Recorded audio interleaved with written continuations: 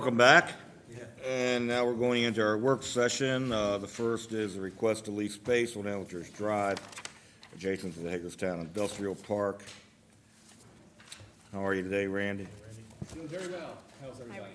Good. Thank you so much for letting us come before you this afternoon, presenting a request for a lease renewal for a small company called the Mulch Man. They've had this parcel on Eldridge Drive adjacent to the Hagerstown Industrial Park for about 10 years. It started in June of 2007. Tina Pickett, the office manager, is here today and is more than willing to answer any questions you might have. They haven't missed a payment since they started, but there was something, it just kind of fell through the cracks with the lease that at one point the renewal didn't happen, the actual paperwork, so they've been operating now for a couple of years without the actual lease. So we just would like to get the renewal back on. Everything is, we do our portion, we've been paying the property tax and all that stuff that's been happening. Right. All right. And we'd like to have the city attorney, of course, draw up a new lease, and it's up to you whether you want it for 3 years or a term less than 3. They had been doing annual leases. What's the property owner want to do? The property owner's hoping for 3 years. I don't have a problem with that. Yep. Cool. We're good. Make it easy for you, Randy. Thank you very much, I really Thank appreciate it. you. So that'll come back to you at your, I guess, At the end of the month. at the end of the month, I believe, or possibly if we have a special. Okay. Thank you, Randy. Thank you. And thank you, I love your service, by the way. I call like every year, so.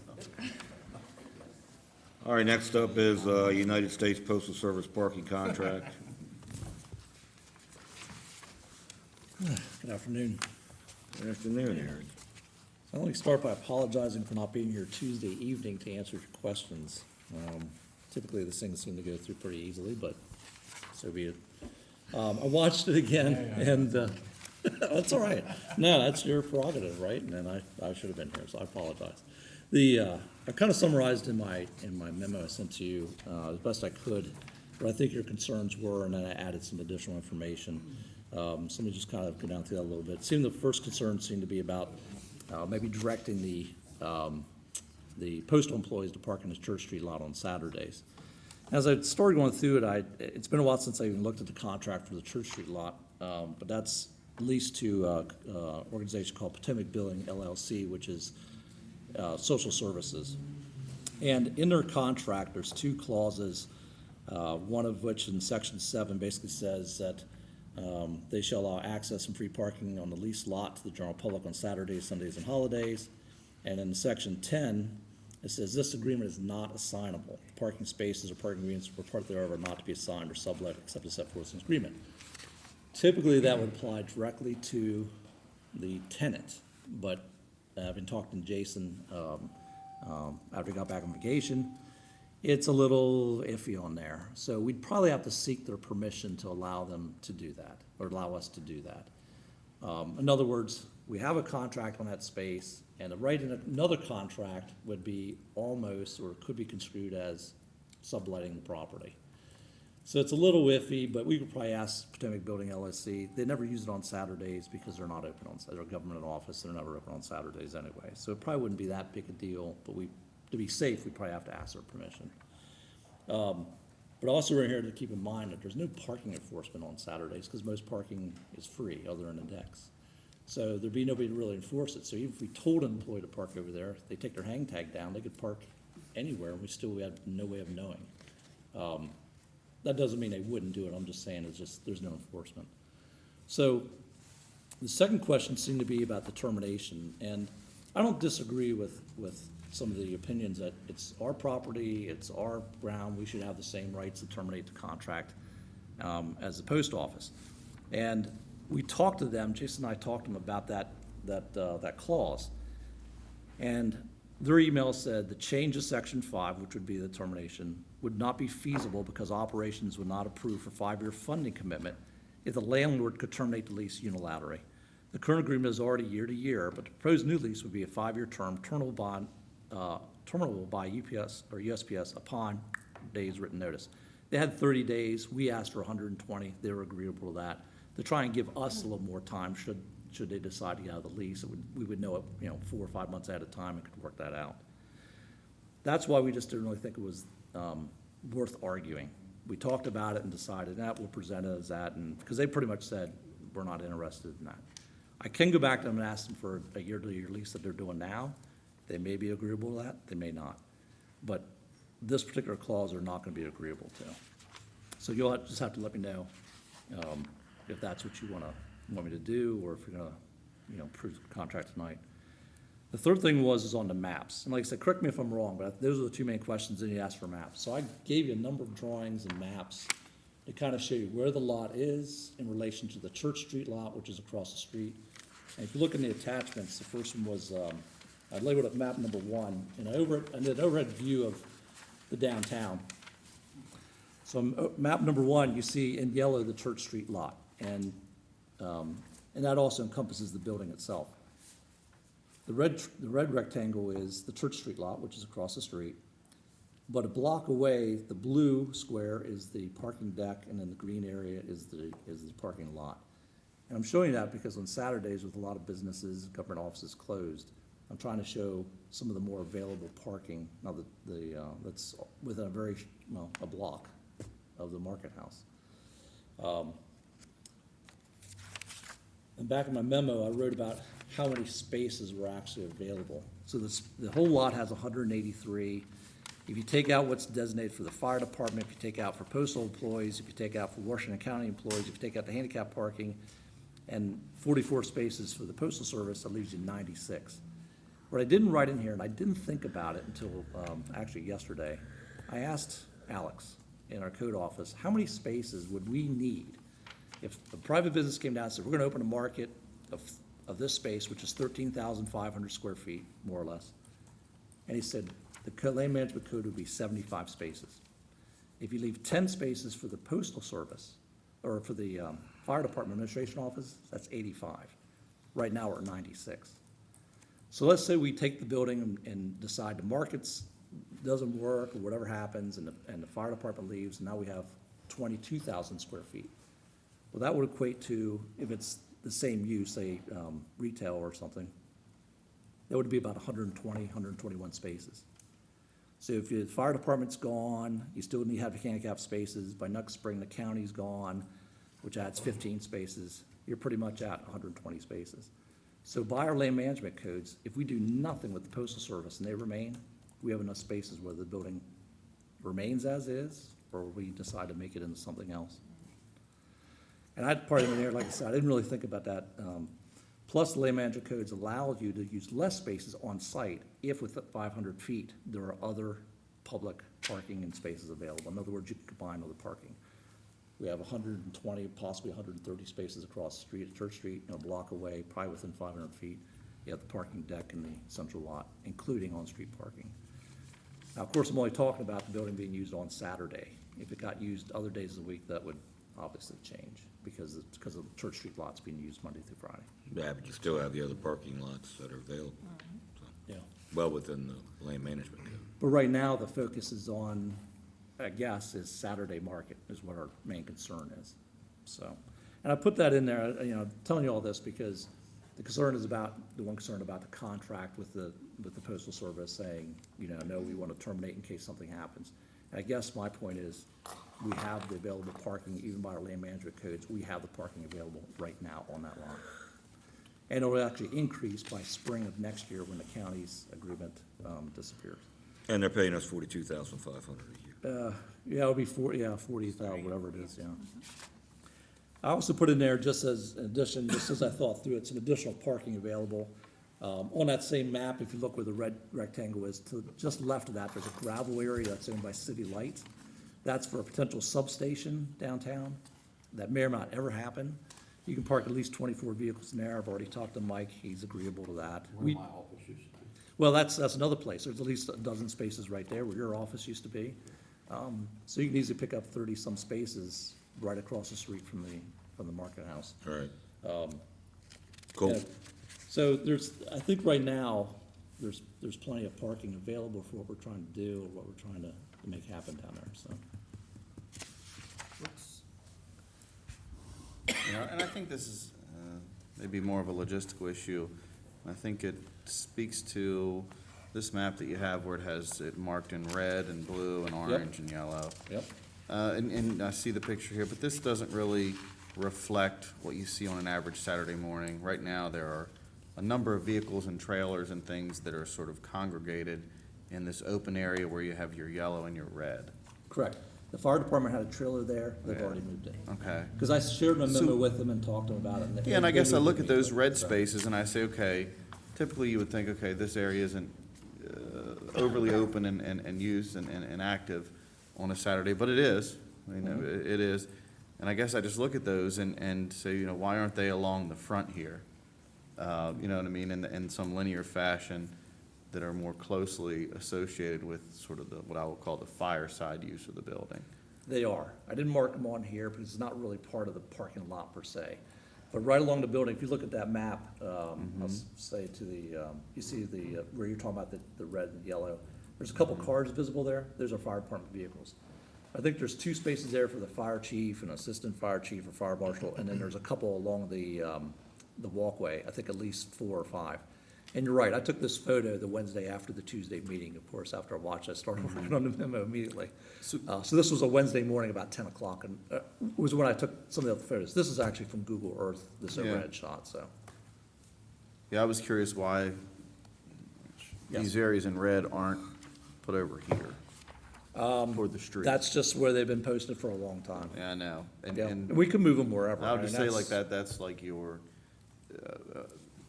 you know, and I think the easiest way to say it is you have a number of older individuals, you know, that look for more accessible parking directly in front of the space and, I suspect because it's a fire department, this is just a guess, it's administration office, and because they have staff working there through the week, they wanted to park closer. yeah. That's probably the only reason they're there. But they could be placed anywhere in the lot if you really wanted to. That's just a matter of signage, moving the meters. You know, there is another issue with it too, and that is, we fool around too much with this parking, and these employees end up having to park on the streets. All of Franklin Street, that whole block of Franklin Street will be parked up, and then the patrons of the post office will have no place to go to park. Yeah. So, I was not able to talk to the postmaster, she was busy, I went down, I forget what morning, it might have been that same Wednesday. But I talked to the lobby supervisor, and I said, do you really have 74 employees? Because I knew they split and sent people to North End, and she pretty quickly counted up, and, she was at 60 or 70 at that time. The Wednesday morning I was there was at least 45 or 50 cars from the post office, so I think the 74 is probably a realistic number for them and not something they're gonna back down on. But they do not have parking anywhere. They have a few spaces on site for their supervisors, and that's it. And I think for if, So- you know, if you do look at the sort of encouragement, you know, of marketability of the market, you know, for patrons to go there, you know, I look at this area you have over here in Orange, which is all the way towards Jonathan Street. Yep.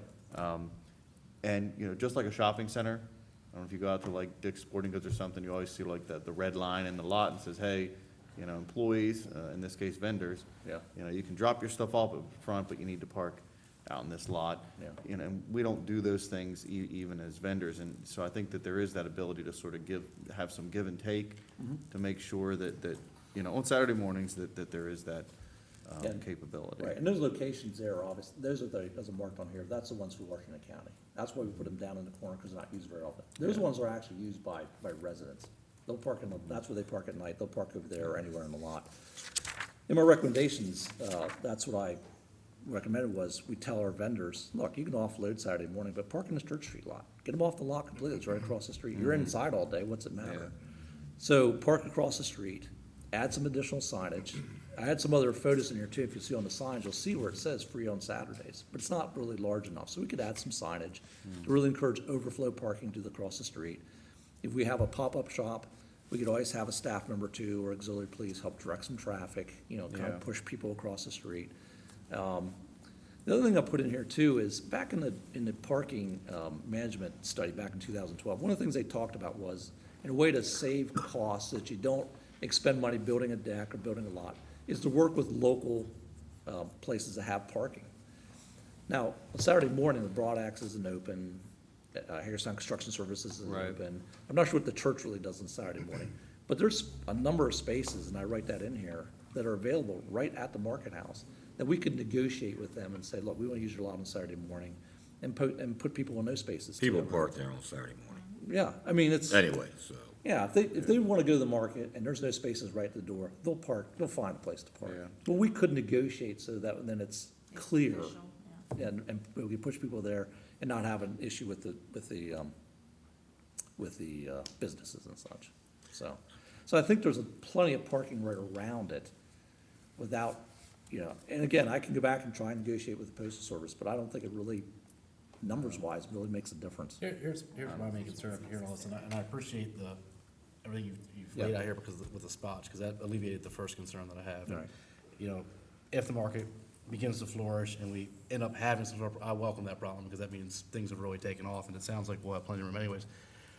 The 5-year thing is still a bit of concern to me, because on the flip side, if the market doesn't work out, closes, fire department moves, whatever, we have a large property that essentially we wouldn't be able to do a whole lot with. Now, maybe retail, but who knows what may be used, going forward with that. I guess my question is, you said before we were on a year-to-year lease, correct? Yeah, the lease that was actually signed by Mayor Rucci back in 2001 expired. It went so far, and then it went to a year-to-year lease. And honestly, it just got lost in the shuffle. Post office had different employees. I didn't come on board until for the parking until 2009. They had to send us a lease because we couldn't even find it. It was just an old lease. They had new people come on board and said, we got to renegotiate the lease. So we gave them realistic numbers of today, and that's how this all came about. And honestly, they don't want to fool with it year to year. They want to do those things where, especially if you're working with the state of Maryland or federal government, they just want to set it and be done with it, and 10 years later. No, I understand that, but again, my concern is if Sure. if the market doesn't work out, and then some other development opportunity comes about with that property, and we wouldn't have that ability to move forward on it, so. Well, if I may, what would we do with if we said, all right, postal employees, you can't be on the lot? What would happen Post office. with the post Your office? lease, Well- if you want to keep your post office. Well, no. Just like you said, there's a deck here, there's all these spots here that are 2 blocks away, yeah. See, this goes back to there's perception, if you can't park right outside, there's no parking. We have plenty of other decks and parking amenities within the 2 to 3 block radius that you just described that people could park at. I'm sure that they'd be able to park there as well. I'm not sure right now, on today's numbers, we can absorb 74 more people in the deck.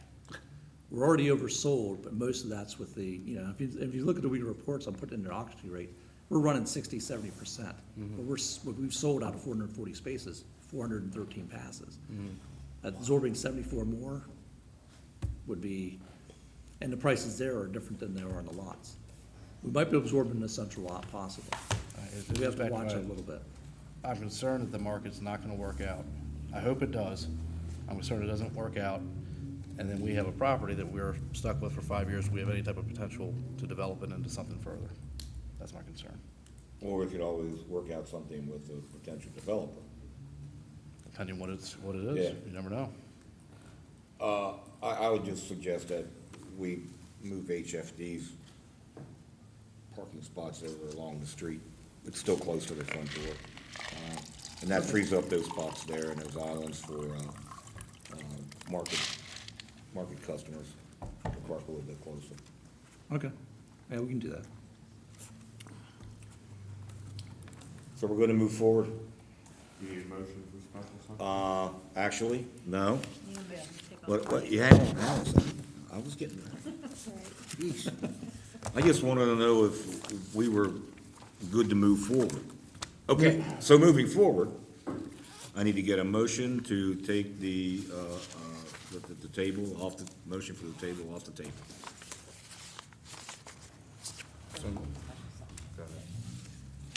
To remove it from the table. I was just gonna say so Go moved. to special session. Second. Good enough, sounds good. So go to Right. That's right, that's to go to special session. Anything else for me? All right. Thank you, Eric. Thanks. And that, thank you, Eric. That'll teach you for missing a meeting. All right. I got a first and a second to go to special session. All in favor? Aye. Okay. We're in special session. I need a motion to bring this back on the table for the original vote. Mr. Mayor, I move to take from the table the motion related to the approval of a resolution authorizing the approval of a ground lease with the United States Postal Service, ACA Postal Service, for a portion of the Market House parking lot for Postal Service employee parking. Second. Okay. This is still there with the 5-year stipulation. Yes, We're voting on yeah, it. it's still there. Yeah. Okay. All in favor? Aye. Opposed? Aye. All right, the motion carries 4-1.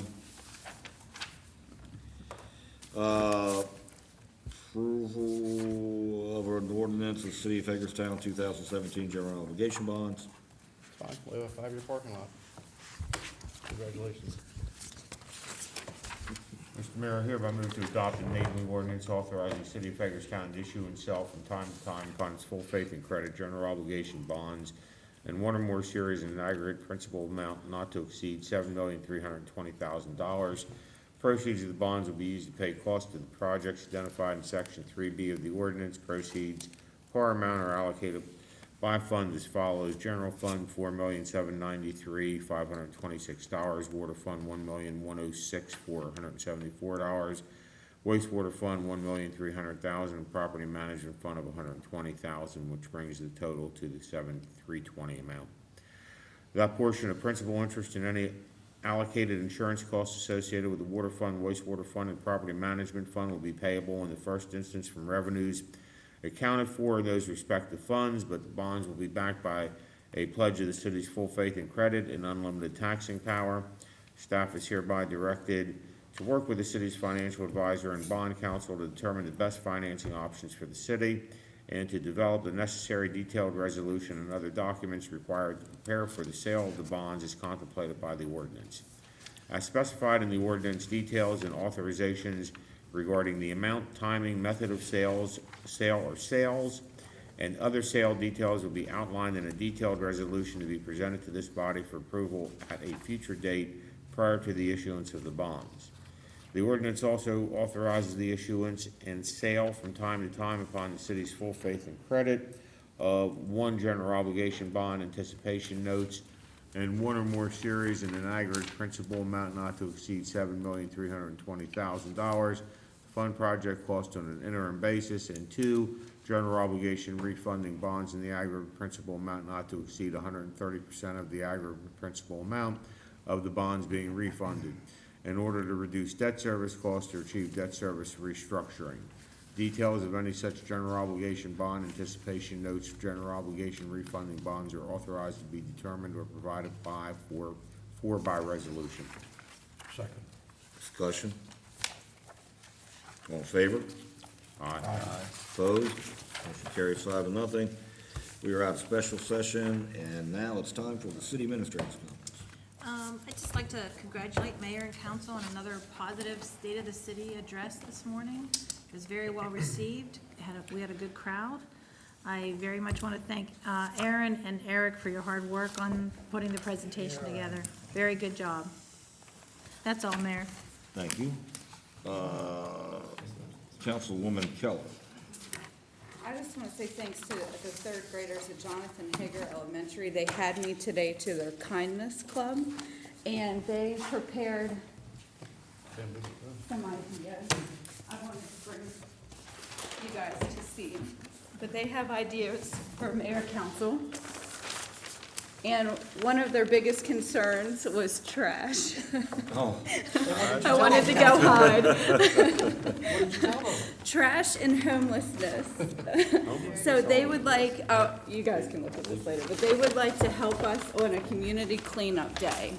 They said they would clean up in the Higgers Crossing area, and to let them know when. So if we could all plan something, even if we just did something there, they would really appreciate it because they were big on trash. So, Yeah, they were when I was up there speaking to the fourth grade class. yes, and they're gonna make blessing bags for our homeless here as well, so pretty cool class. Yeah. So, that's all, That it? yeah. Mr. Usher? Corbin? The only thing I have is this past Friday, Councilman Kell and I had the pleasure of having the first permanent code and inspections committee. Scott Bowen was elected as vice chair, just so you guys know, I don't know if you were aware of that or not. Had some good discussions. We were meeting again this coming week, I believe, the 17th, correct? And then again on the 31st.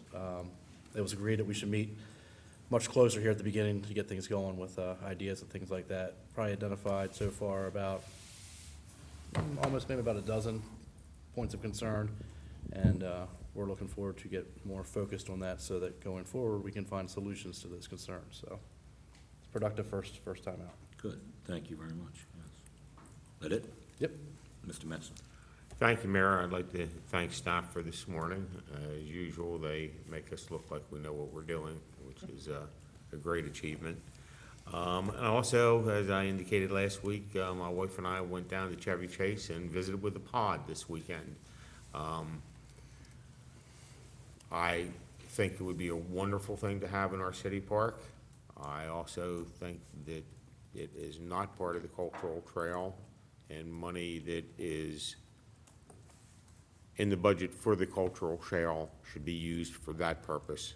And hopefully we can get substantial donations and find some money elsewhere to get the pod into the park. Because I agree with you, Mayor, I do not believe in, with the councilman Alshire and others, that I don't believe that where the pod is being requested to be put, I can't look at you and think that that's part of the trail. And, you know, Marty Brubaker said over and over again when we did this trail, if you don't do it right, it's going to be a failure. And I don't want to be right in the lead of immediately removing money from that trail, public art on that trail, to put public art somewhere else. I think that would be a mistake. I think it would be just as much of a mistake for us to let this fall through our hands. I think it would be an asset to the park, and I don't think, quite candidly, that it's that large that would be something that would be a concern, that it would be anything but an asset. Thanks. Okay. Mr. Munson? I'd like to commend Allegheny Wrecking. Last night, I drove past Antietam Street, and there's a hole there.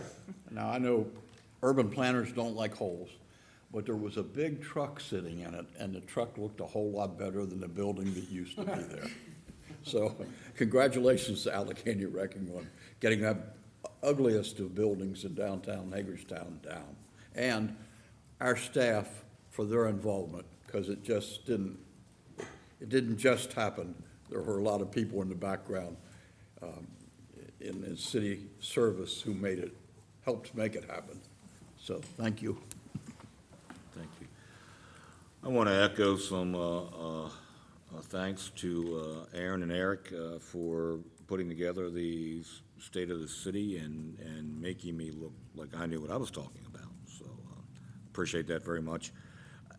You know, it's funny that you would mention trash from the kids out at Hager. Leaving the grocery store today, this afternoon, and a guy stops me and says, listen, we got to do something about the trash. And I want to give this plea to the citizens of Hagerstown. Please, we have trash receptacles on almost every corner of every street in this city. Please, if you could just find your way to put your trash in the receptacle instead of just on the ground, we would really appreciate it. If everybody picked up one piece of trash a day that was not theirs, that they did not throw down, we would have a spotless city. And all I'm asking. I'm not even asking you to do that. I'm just asking you to throw your trash in the receptacles that we provide with taxpayer money and taxpayer money going to empty them, and please utilize them. That's all I'm asking. And if we just do that part, we'll see a reduction in the trash on our city streets. Please, for the love of God, use the trash receptacles. And that's all I have. Thank you, and see you next week.